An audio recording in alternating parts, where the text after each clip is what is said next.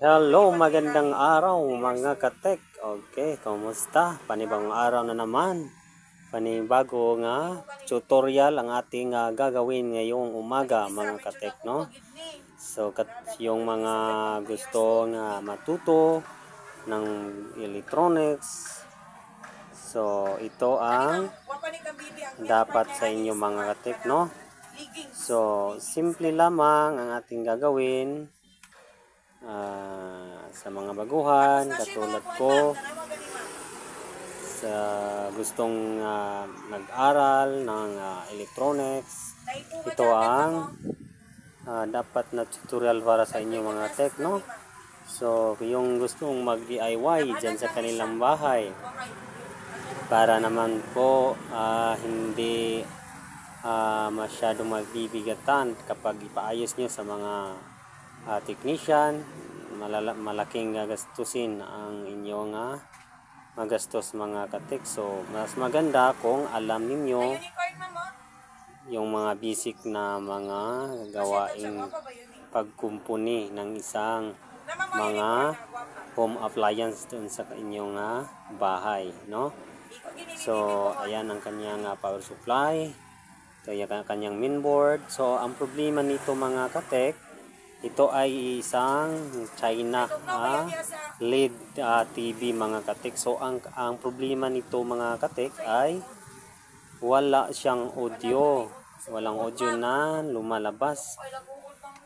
So ang ginagawa natin mga katek para mapakinabangan at ma-satisfy pa yung customer, ang ginawa natin mga katek, so nag-improvise po tayo mga katek, no? Kasi ang problema nito mga katek, ala siyang out kasi sira ang kaniyang audio IC. Ayan, yan ang kanyang audio IC mga katek, no? So wala tayong pampalit dyan mga katek. So ang ginagawa natin is nag-improvise po tayo mga katek, no?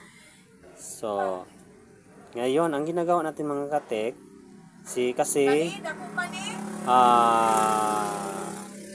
signal kasi ang gamit nila mga katek, no? Signal. So ngayon ang ginagawa natin mga katek, so nilagyan po natin ng amplifier, no? Separate amplifier mga katek. Ayan, yan ang amplifier natin mga katek, no? Ayun ang amplifier na ginamit natin, no? Dinili natin yan sa Shopee. Ayan, yan ang IC na ginamit natin, no? Amplifier IC, no? Mini amplifier. So ngayon nilagyan natin, winiringan natin mga katek. So simple lang naman ang pag-wire niyan mga katek, kasi may naka-indicate naman na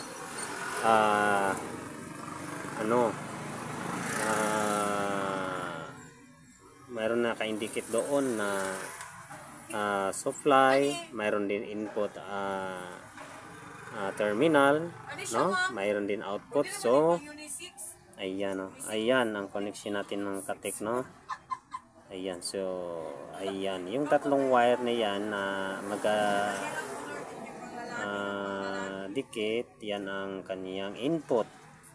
At saka ito yung supply natin mga katek, no? Ayan, yan ang supply natin mga katek. So ayan, so ito yung output natin sa kabila. Ito yung output. So papunta na yan sa kanyang speaker.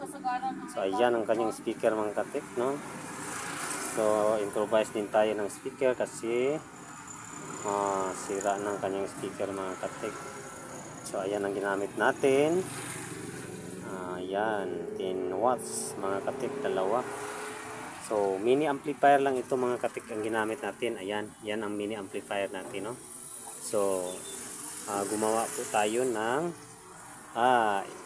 input. Ito yung ginawa natin, input, improvise input ito mga katek. Ayan, no? So dito na ipapasok yung signal. yung audio ng kanyang signal ay dito na siya ilagay natin mga katek, no? I-impress natin. Ayan. So dito natin ilalagay ang kanyang input. So okay na ito mga katek, no? So ayan, no? Simple lang mga katek ang ginawa natin, ano? Nag-wiring ho tayo. Ayan. So medyo magulo pa yan mga katek kasi hindi ko pa na yung mga wire, hindi ko pa na lagay ng maayos. So ngayon ito yung kaniyang input ng supply, no? So dito tayo kukuha mga katek sa kaniyang dito tayo kukuha sa kaniyang power supply mga katek, no? Dito sa kaniyang DC output. Yan ang kaniyang DC output mga katek, no?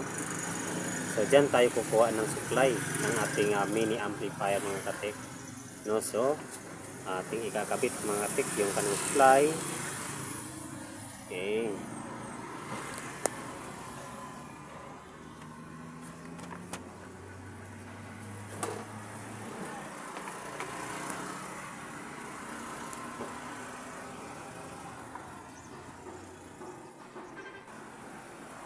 Ayan, atin nang nalagay.